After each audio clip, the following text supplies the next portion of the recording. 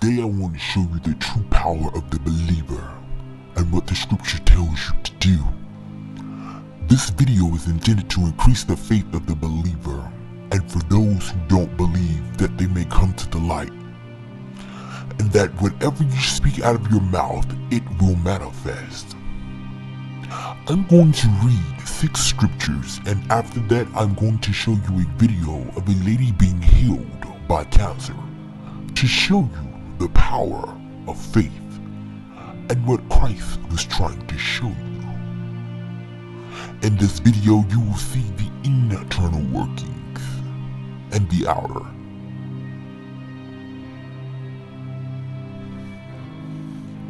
Let's begin.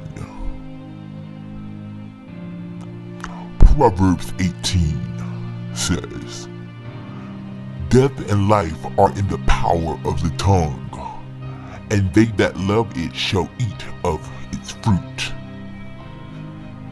thereof."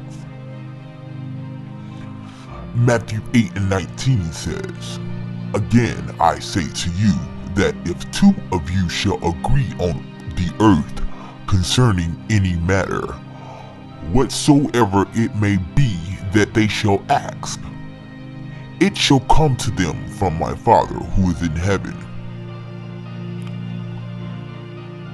Mark 11:24 says, "Therefore I tell you, whatever you ask for in prayer, believe that you have received it, and it will be yours."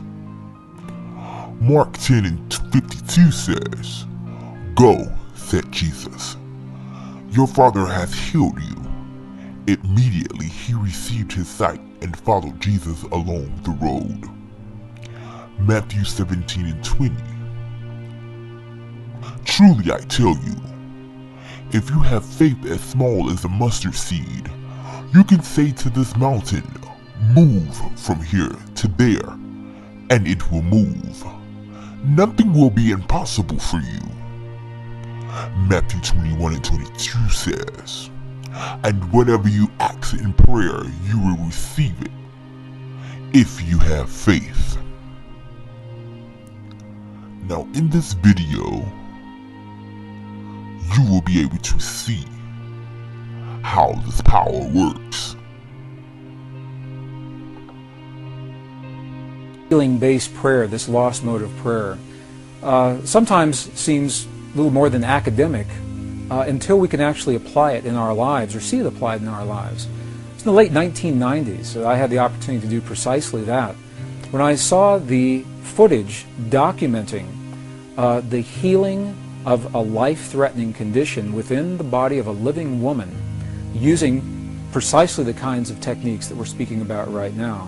For me, it was this kind of information that took this lost modality of prayer out of the realm of academics and into something that's very real that we can apply in our lives. I had the opportunity during that time to see some video footage of the healing of a 3-inch diameter bladder cancer inside the body of a woman who, by Western medical standards, had been diagnosed inoperable. She had gone, as a last resort, to a medicineless hospital in Beijing, China. It was in this medicineless hospital where they began simply by addressing the life-affirming ways that she could change how she was living her life. They taught her life-affirming ways to breathe and life-affirming ways to nourish her body, gentle movements to stimulate the energy centers in her body. And as she was doing these and strengthening her body, at one point it made sense to undergo a process. Now I'd like to share this, I'd like to describe it to you as a very potent example of how the feeling world inside of our bodies has a direct effect, in this case a very graphic effect, on the world beyond our bodies. So in the video documentation, the film shows a woman lying on in a hospital room. She's fully awake, she's fully conscious, she believes in the process that's about to happen. Before her, there is an ultrasound technician who is running an ultrasound wand over her lower abdomen that we can see on a split-screen television. And on the left-hand side of the screen, they do a snapshot, a freeze frame of an instant in time for reference, so we can see what her condition looked like in that instant in time. On the right-hand side of the screen, we are able to watch real time as 3 practitioners stand behind her, working with the energy in her body and with the feelings in their bodies. And what they do is they begin to chant a word that to them they've agreed upon, that reinforces the feeling within them that she's already healed. The chant essentially says already healed, already done. And as they begin to have this feeling and to say these words among themselves, on the computer screen, on the television screen, we can watch in real time this cancerous tumor as it disappears in less than 3 minutes real time. It's not like time-lapse on a documentary where you see a rose unfold in 30 seconds in something that normally takes days. This literally happens in less than 3 minutes. Her body responded to the feelings of the practitioners who were trained to have the kinds of feelings that they were having. And all they were feeling was the feeling of what it feels like to be in the presence of a woman who is already healed, fully enabled, fully capacitated. They were not seeing her as a woman who was sick, and they weren't saying, bad cancer, you've got to go away. It's a very, very different way of thinking about things, and it's a very graphic example of precisely how this principle works. I had the opportunity to speak to the gentleman, Luke Chen, that actually created this film. And I asked him a question. I said, what if those 3 practitioners weren't there?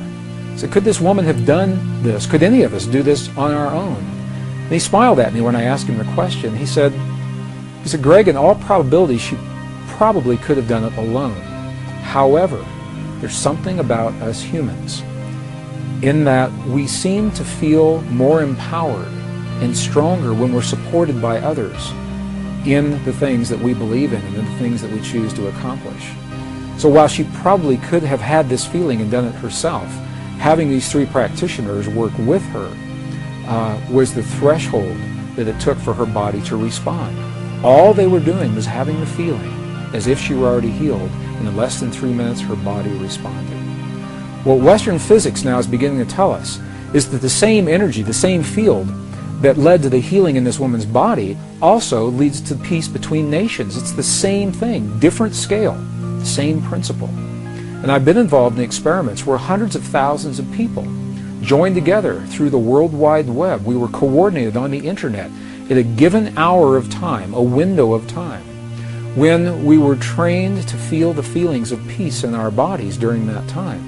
And when we did that, statistically, what happened in events around the world, there were wartime events. There were bombings, aerial bombings in Iraq that were scheduled, that were reversed during the window of time when this prayer was happening. Crimes against people declined. Emergency hospital room visits declined. There was a computer research project at Princeton University that was able to document the field of consciousness on a global level while these prayers were going on, and they saw a little glitch, a glyph on the screen indicating that consciousness was responding to hundreds of thousands of people feeling the feeling of peace in the moment that it was occurring. And what this tells us is that the field we're working with is a measurable field. You can pick it up with equipment. It can be measured on the computer screen. This was part of the research project at Princeton University that was called the Global Consciousness Project. So the field is real. It's out there. And it responds to us in ways now that we're only beginning to understand. Even more recently, the research has been done by the scientist Masaru Emoto regarding the relationship between human emotion, human feeling, and water drops is showing this relationship even more poignantly. What has happened is that these scientists, this particular research project, has discovered that droplets of water that make up over 70% of our world anyway, and 70% of our bodies, that these droplets of water respond to human emotion, whether it is felt in the body or as it is actually written on labels that are placed on the vials of water, and the emotion of the researcher as the labels are being written and placed onto those vials.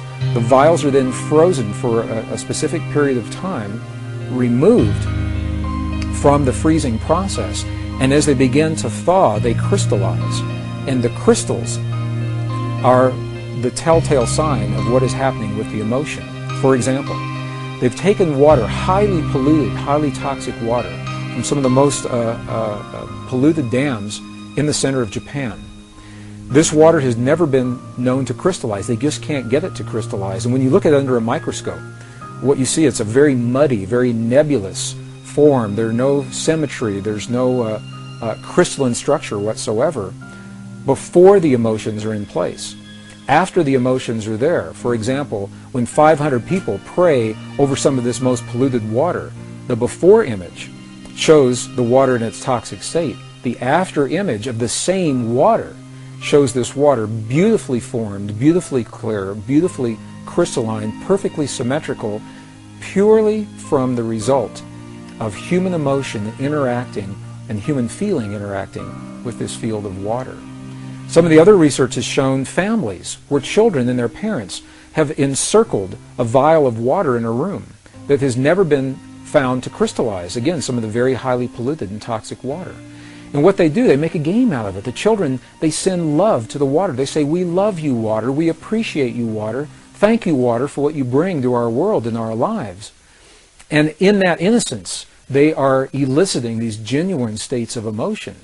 And as the research continues, it is precisely these vials of water that have received this kind of energy from the children and their families, feelings that the ancients called prayer, that the water begins to crystallize into beautiful, symmetrical, very clear forms, showing once again that there's a direct effect between what we feel in our bodies and what's happening in the world beyond our bodies. And it's a beautiful, beautiful, very poignant example of how each of us has an opportunity to participate, not to control and manipulate, but rather participate in the events of our world, the events of our lives, our families, our communities, and our bodies through the field that links all